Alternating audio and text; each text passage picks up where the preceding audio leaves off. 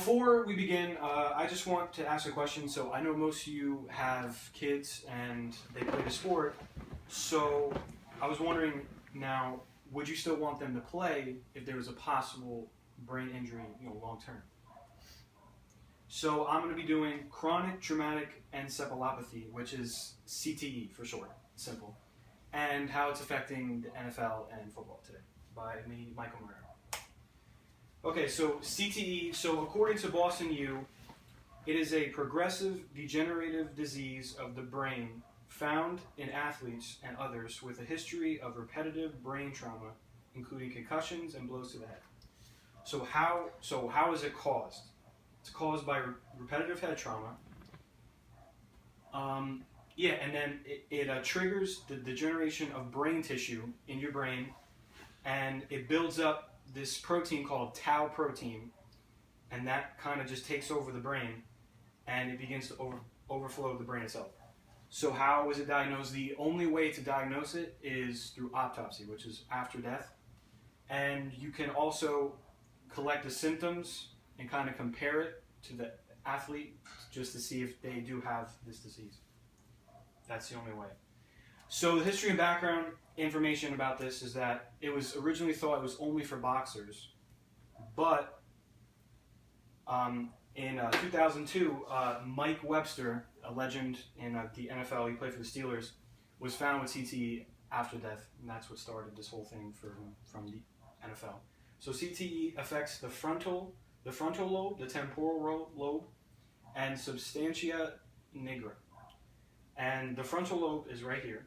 That affects the judgment and personality of the affected person, and the temporal affects or involves with the hearing and speech.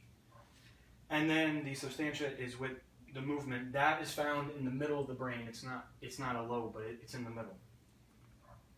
So what CTE looks like. So this is a healthy person at age 65. These are all deceased. This is a normal 65-year-old. This is one who played football, and this is a boxer. So then you can see the tau protein is all the brown stuff there.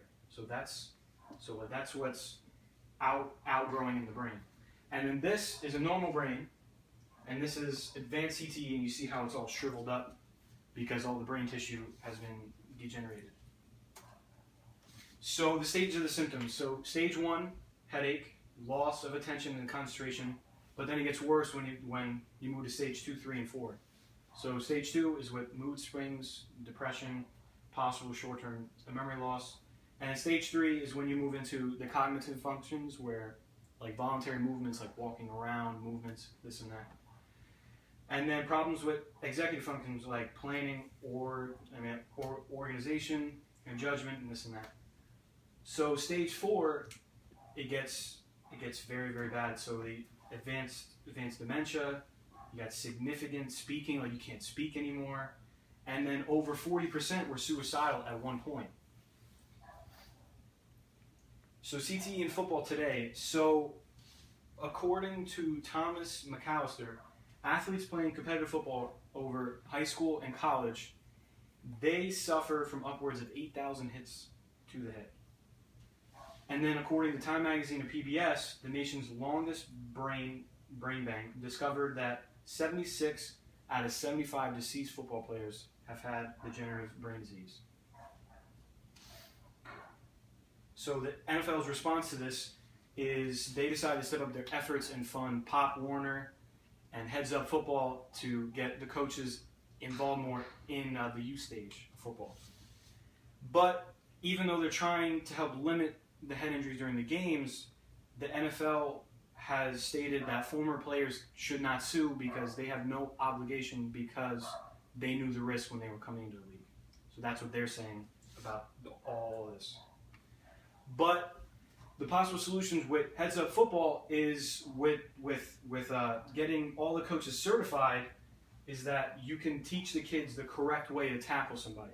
So this is the correct way, using your shoulder and tackling the guy and bringing him down, instead of using your head, which some players now are just going straight with their head, trying to get the big hit, this and that. Or they're trying to change the helmet designs for more padding, more comfort, and to limit the head injuries. And these are some of the former players that have passed away. Junior Seau, who's a Hall of Famer now, committed suicide in 2012. Javon Belcher killed his wife and then himself at the Kansas City Chiefs practice facility in front of a coach. And then Mike Webster, I mentioned before. So all these players suffered from CTE.